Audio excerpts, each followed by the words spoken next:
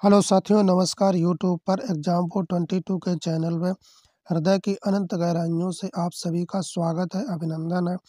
आशा है आप सभी लोग बहुत अच्छे होंगे, आप लोगों की तैयारी भी बहुत अच्छे से चल रही होगी। साथियों, जो लोग चैनल पर नए जुड़े हैं, चैनल को सब्सक्राइब कर दें, शेयर कर दें, कमेंट करके बताना लास्ट में आज का सेशन कैसा रहा। तो साथियों, आज हम पढ़ेंगे बहुत ही इम्पोर्टेंट क्वेश्चन। किससे रहेंगे? मध्यकालीन भारत का इतिहास यानी हिस्ट्री ऑफ मिडेवल इंडिया, यानी किससे? मध्यकालीन भारत से संबंधित कुछ इम्पोर्टेंट क्वेश्चन है। वही क्वेश्चन लेकर के आए जो कहीं ना कहीं प्रीवियस एग्जाम में हुए पूछे गए हैं। आइए देखते हैं आज का हमारा पहला क्वेश्चन क्या रहेगा। बहुत ही अच्छा क्वेश्चन है, कई बार एग्जामों में पूछा भी गया है। चलो देखते हैं, उसके बाद से संबंधित कुछ की पॉइंट भी जानेंगे। भारत पर मोहम्मद बिन कासिम का आक्रमण कब हुआ था? कौन से? मोहम्मद बिन कासिम के बारे में पूछा गया। इन्होंने आक्रमण भारत पर सबसे पहले कब किया था? तो पहला ऑप्शन हो जाएगा 710 यानी 710 ईस्वी में। दूसरा हो जाएगा बी ऑप्शन 711 यानी 711 ईस्वी में। सी हो जाएगा 712 ईस्वी में, 712 ईस्वी में। इसके बाद हो जाएगा 715 715 ईस्वी में। ये चार ऑप्शन दिए गए। इससे संबंधित ये आंसर देखना है क्या रहेगा कि मोहम्मद बिन कासिम ने भारत पर सबसे पहले कब आक्रमण किया था। चलो इससे संबंधित पहले कुछ की पॉइंट देख लेते हैं, इसके बाद हम इसका आंसर देखते हैं। चलो देखते हैं क्या रहेगा की पॉइंट।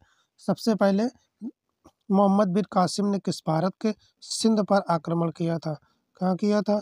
तो सिंध पर आक्रमण किया था। वहाँ के हिंदू राजा, आखिरी हिंदू राजा थे, जो लास्ट हिंदू राजा कौन थे? हिंदू राजा, आखिरी हिंदू राजा थे। राजा जो थे वो कौन थे? राजा दाहिर थे।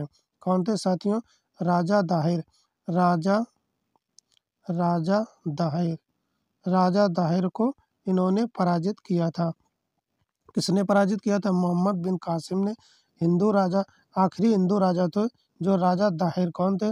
राजा दाहिर थे। इनको ही पराजित किया था मोहम्मद बिन कासिम ने। कहाँ पे? सबसे पहले सिंध पर आक्रमण किया था। हिंदू में सबसे आखिरी राजा, लास्ट राजा थे, वो कौन थे? राजा दाहिर को पराजित किया था। कब किया था ये आंसर पूछा गया, तो इसका राइट आंसर रहेगा सी। क्या रहेगा? सी इसका राइट आंसर रहेगा। 712 यानी 712 ईस्वी में पराजित किया था, तो इसका राइट आंसर हो जाएगा सी। आइए अगला क्वेश्चन देखते हैं। नेक्स्ट क्वेश्चन क्या रहेगा? ये भी बहुत अच्छा क्वेश्चन है। चलो देखते हैं क्या रहेगा। सोमनाथ मंदिर को किस मुस्लिम आक्रमणकारी ने लूटा? क्या पूछा गया? लूटा था। इसको सब लूट के ले गए थे। वहाँ की जो मूर्तियाँ थी, सोने, जो भी सोना चांदी था, सब लेकर के चले गए थे। तो पहला ऑप्शन हो जाएगा मोहम्मद बिन कासिम, बी हो जाएगा मोहम्मद गजनवी, सी हो जाएगा मोहम्मद गौरी, डी हो जाएगा तैमूर लंग। चलो देखते हैं क्या इसका राइट आंसर रहेगा। सोमनाथ के बारे में देख लेते हैं। तो सोमनाथ ये कहाँ स्थित है? राजस्थान में स्थित है। कहाँ पे है? राजस्थान में स्थित है। और ये वर्ल्ड फेमस है। कैसी है? वर्ल्ड फेमस है। क्यों वर्ल्ड फेमस है? क्योंकि ये 12 ज्योतिर्लिंगों में से एक है। कैसी है? 12 ज्योतिर्लिंगों में से एक है, इसीलिए वर्ल्ड फेमस है। और ये पूछा गया किसने लूटा था, ये पूछा गया, तो इसका राइट आंसर क्या रहेगा? इसका राइट आंसर हो जाएगा बी। कौन हो जाएगा? बी इसका राइट आंसर हो जाएगा। मोहम्मद गजनवी, महमूद गजनवी ने इसको लूटा था, तो इसका राइट आंसर हो जाएगा बी। आइए अगला क्वेश्चन देखते हैं। क्वेश्चन नंबर नेक्स्ट क्वेश्चन क्या है? शाहनामा के रचयिता कौन थे? शाहनामा एक बुक थी, यानी पुस्तक थी। इसको किस लेखक ने लिखा था, ये पूछा गया। पहला ऑप्शन हो जाएगा अमीर खुसरो, बी हो जाएगा उतवी, सी हो जाएगा अलबरौनी और डी हो जाएगा फिरदौसी।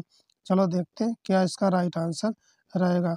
हम देख लेते हैं कि अलबरौनी के बारे में इन्होंने एक बुक लगी थी, बहुत ही फेमस पुस्तक इनकी, किताब उल हिंद। कौन सी पुस्तक है? किताब, साथियों ये बहुत ही फेमस किताब उल हिंद, ये पुस्तक इनके द्वारा लिखी गई थी। किनके?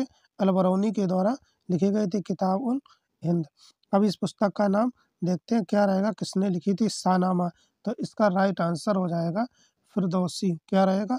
डी नंबर राइट आंसर रहेगा फिरदौसी। इनके द्वारा शाहनामा पुस्तक लिखी गई थी। आइए अगला क्वेश्चन क्या रहेगा, नेक्स्ट क्वेश्चन के बारे में देख लेते हैं। थोड़ा बड़ा क्वेश्चन है, चलो देख लेते हैं क्या रहेगा। क्वेश्चन है, मोहम्मद गौरी ने 1192 ईस्वी में हुए तराइन के द्वितीय युद्ध में किस शासक को पराजित किया था? कौन सा युद्ध हुआ था? तराइन के द्वितीय युद्ध हुआ था। कब हुआ था? तो 1192 ईस्वी में हुआ था। तो ये किस राजा के बीच में हुआ था? किन दो राजाओं के बीच में हुआ था? तो पहला ऑप्शन हो जाएगा दाहिर, बी हो जाएगा जयचंद, सी हो जाएगा पृथ्वीराज चौहान और डी हो जाएगा लक्ष्मण सेन। चलो देखते हैं क्या इसका राइट आंसर रहेगा। तराइन के युद्ध के बारे में देखते हैं। जो फर्स्ट वार हुआ था तराइन में, फर्स्ट वार वो कब हुआ था? ये भी बहुत बार पूछा गया है। कौन सा पूछा गया? फर्स्ट वार जो हुआ था तराइन में, तो ये हुआ था 1191 में। कब हुआ था?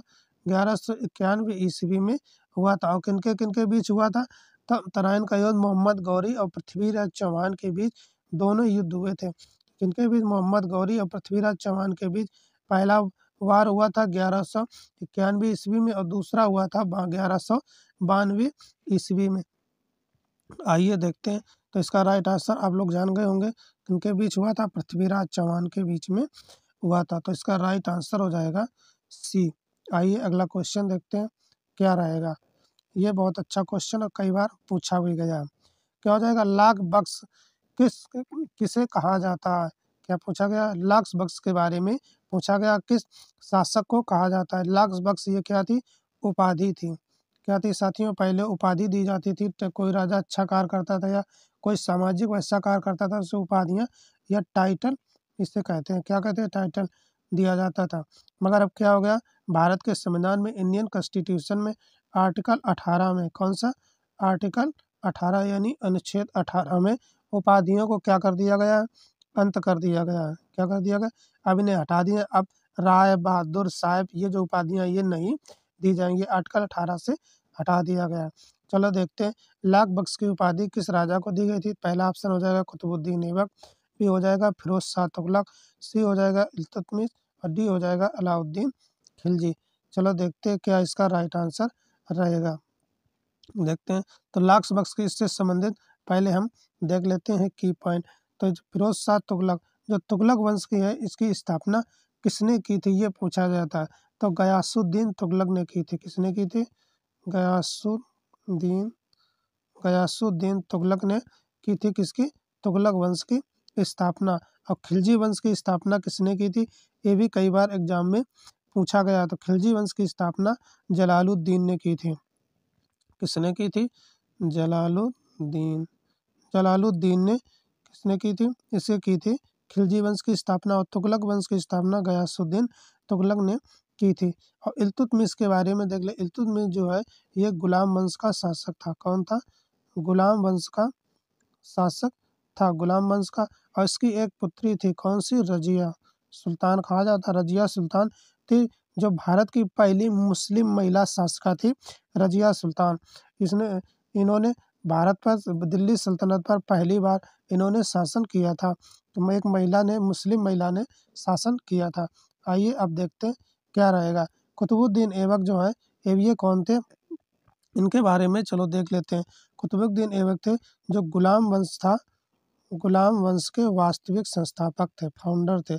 गुलाम वंश के वास्तविक संस्थापक, वास्तविक संस्थापक थे। कौन थे? कुतुबुद्दीन ऐबक जो थे गुलाम वंश के वास्तविक संस्थापक थे। अब ये उपाधि किसे मिली थी? चलो देख लेते हैं क्या इसका राइट आंसर रहेगा। तो इसका राइट आंसर हो जाएगा ए। कौन सा हो जाएगा? कुतुबुद्दीन ऐबक को ही लाख बख्श कहा जाता है। तो इसका राइट आंसर हो जाएगा ए। आइए नेक्स्ट क्वेश्चन देखते हैं क्या रहेगा। ये बहुत अच्छा क्वेश्चन है। कुतुब मीनार का निर्माण किसने पूर्ण कराया था? ये पूछा गया। तो पहला ऑप्शन हो जाएगा कुतुबुद्दीन ऐबक, बी हो जाएगा इल्तुतमिश, सी हो जाएगा फिरोज शाह तुगलक और डी हो जाएगा सिकंदर लोदी। चलो देखते हैं क्या इसका राइट आंसर रहेगा। हम इसके बारे में थोड़ा और जानकारी देख लेते हैं। कौन सी? कुतुब मीनार के बारे में। कुतुब मीनार का निर्माण यानी पूर्ण कराया था। पहले इससे संबंधित देखते हैं शुरुआत किसने की थी। तो शुरुआत की थी कुतुबुद्दीन ऐबक ने। इन्होंने कितने बनाए थे? फर्स्ट फ्लोर तक बना दिया, यानी पहली मंजिल तक बनाया था। क्या बनाया था? पहली मंजिल तक इन्होंने बना दिया था। इसके बाद क्या हुआ था और शुरुआत कब की थी? तो 1192 ईस्वी में। कब हुई थी? 1192 ईस्वी में इसकी बनने की शुरुआत हुई थी, किसकी? कुतुब मीनार की। इसके बाद इन जो इल्तुतमिश ने और इसमें 2 फ्लोर जोड़े थे। कितने फ्लोर और जोड़े थे? 2 फ्लोर और जोड़े थे, उन्हें 2 मंजिल इसमें और जोड़ी गई थी। 2 मंजिल नहीं साथियों, 3 मंजिल, 3 मंजिल इसमें और जोड़ी गई थी। किसके द्वारा? 3 मंजिल जोड़ी गई थी, इल्तुतमिश के द्वारा जोड़ी गई थी। इसके बाद ये वहीं पर रोक दिया गया था। इसके बाद इसको पूर्ण यानी 5 मंजिल तक बनाने का कार्य फिरोज शाह तुगलक ने किया था। किसने किया था? 5 मंजिल तक बनाने का कार्य जो है वो फिरोज शाह तुगलक ने किया था। फिरोज शाह तुगलक, फिरोज शाह तुगलक ने किया था। किसने किया था साथियों? तो फिरोज शाह तुगलक ने 5 मंजिल तक बनाने का कार्य किया था। ये विश्व की सबसे बड़ी इमारतों में से एक है। कौन? कुतुब मीनार। अब इसके बारे में जो की पॉइंट थे हमने आपको बता दिए। अब देखते हैं इसको पूर्ण किसने करवाया था। तो इसको पूर्ण कराने का कार्य जो है वो इल्तुतमिश को जाता है। किसको जाता है? इल्तुतमिश को जाता है। तो इसका राइट आंसर हो जाएगा इल्तुतमिश जो है गुलाम वंश का एक संस्थापक था। आइए अगला क्वेश्चन देखते हैं क्या रहेगा। अगला क्वेश्चन है, सिजदा एवं पापोस प्रथा का आरंभ किसने किया था? ये पूछा गया। तो पहला ऑप्शन हो जाएगा रजिया, बी हो जाएगा आराम शाह, सी हो जाएगा बलवन, डी हो जाएगा अलाउद्दीन खिलजी। 4 ऑप्शन दिए गए। चलो पहले देख लेते हैं सिजदा और पापोस क्या है, इसके बारे में देख लेते हैं। तो सिजदा का मतलब राजा को अभिवादन जो किया जाता था, वहाँ की जो राज व्यवस्था थी, राजा को कैसे अभिवादन किया जाएगा ये प्रथा चलाई गई थी। तो सिजदा का मतलब होता है प्रणाम, प्रणाम, राजा को प्रणाम किया जाता था। और पावोस का मतलब होता है पैर चूमना। क्या होता था? पैर चूमना। ये था, ये प्रथा चलाई गई थी उस समय। ये सिजदा और पावोस, सिजदा का मतलब होता है प्रणाम करना और पावोस का मतलब होता है राजा या फिर जो भी वहाँ का शासक था उसके पैर चूमना। आइए देखते हैं क्या इसका राइट आंसर रहेगा। तो इसका राइट आंसर हो जाएगा कौन सा? सी यानी बलवन। बलवन के द्वारा ये प्रथा चलाई गई थी। कौन सी? सिजदा और पावोस। आइए अगला क्वेश्चन देखते हैं। नेक्स्ट क्वेश्चन क्या रहेगा? नेक्स्ट क्वेश्चन है, किस शासक ने लौ एवं रक्त की नीति का पालन किया था? तो पहला ऑप्शन हो जाएगा इल्तुतमिश, बी हो जाएगा बलवन, सी हो जाएगा अलाउद्दीन खिलजी, डी हो जाएगा मोहम्मद बिन तुगलक। एमबीटी भी कहा जाता। क्या कहा जाता? एमबीटी भी कहा जाता इस राजा को। आइए देखते हैं क्या रहेगा। लौ एवं रक्त की नीति अपनाने वाला जो था वो बलवन था। कौन था? बलवन था। मगर लौ एवं रक्त की नीति क्या थी, इसके बारे में थोड़ा जानकारी देख लेते हैं। की पॉइंट इससे संबंधित देख लेते हैं है क्या रहेगा। इसका मतलब था लौ मतलब खून बहाना, और रक्त, लौ एवं रक्त की नीति मतलब जो दुश्मन थे उनको, उनके ऊपर क्रूरतापूर्ण तरीके से उनके ऊपर क्रूरतापूर्ण तरीका अपनाना और खून बहाना, मारना, मतलब उसको किसी भी तरीके से रहम नहीं किया जाएगा। और ये क्यों करते थे? क्योंकि मुगलों द्वारा क्या होता था? आक्रमण होता था इनके राज्य में। मुगलों द्वारा क्या होता था? आक्रमण होता था इनके राज्य में, आक्रमण होता था। इसीलिए इन्होंने लौ एवं रक्त की नीति अपनाई थी कि जो दुश्मन है हमारा, उसमें उसके ऊपर क्रूरतापूर्ण तरीके अपनाना और खून बहाना, मतलब उनको मार के यहाँ से भगा देना। तो ये किसने अपनाई थी नीति? ये अपनाई थी नीति बलवन ने। किसने अपनाई थी? बलवन ने अपनाई थी। तो इसका राइट आंसर हो जाएगा बी। आइए अगला क्वेश्चन देखते हैं क्या रहेगा। नेक्स्ट क्वेश्चन, ये बहुत ही अच्छा क्वेश्चन रहेगा। तूतीय हिंद, हिंद का तोता किसे कहा जाता है? तो पहला हो जाएगा अमीर खुसरो, बी हो जाएगा अलबरौनी, सी हो जाएगा अबुल फजल, डी हो जाएगा फैजी। ये दिए गए हैं। चलो देखते हैं क्या इसका राइट आंसर रहेगा। तो इसका राइट आंसर हो जाएगा ए। क्या हो जाएगा? अमीर यानी तूतीय हिंद यानी हिंद का तोता अमीर खुसरो को कहा जाता। तो इसका राइट आंसर हो जाएगा ए। आइए अगला क्वेश्चन देखते हैं। नेक्स्ट क्वेश्चन क्या रहेगा।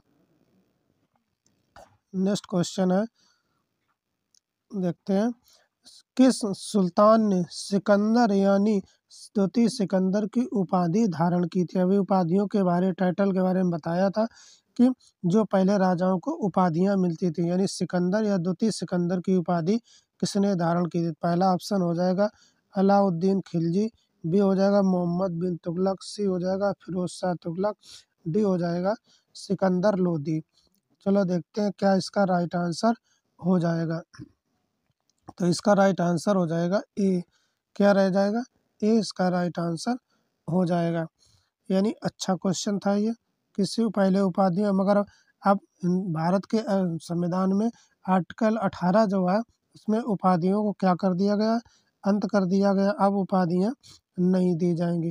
तो साथियों, आज के हमारी ये मिडेवल हिस्ट्री यानी मध्यकालीन भारत से संबंधित ये टॉप क्वेश्चन थे जो किसी न किसी एग्जाम में पूछे गए, वही क्वेश्चन प्रीवियस ईयर के लेकर के आए थे। साथियों, जो लोग चैनल पर नए जुड़े हैं चैनल को सब्सक्राइब कर देना, शेयर कर देना और लास्ट में कमेंट करके बताना कि आज का सेशन कैसा रहा। लाइक कर दिया करें जिससे हमें बहुत ही मोटिवेशन मिलता है। साथियों, हमारी तबीयत खराब थी फिर भी हम ऐसा कर रहे हैं। हमारा गला लग रहा होगा आप लोगों को, जुकाम बहुत तेज हो गई थी, फिर भी हम आप लोगों के लिए वीडियो बना रहे हैं।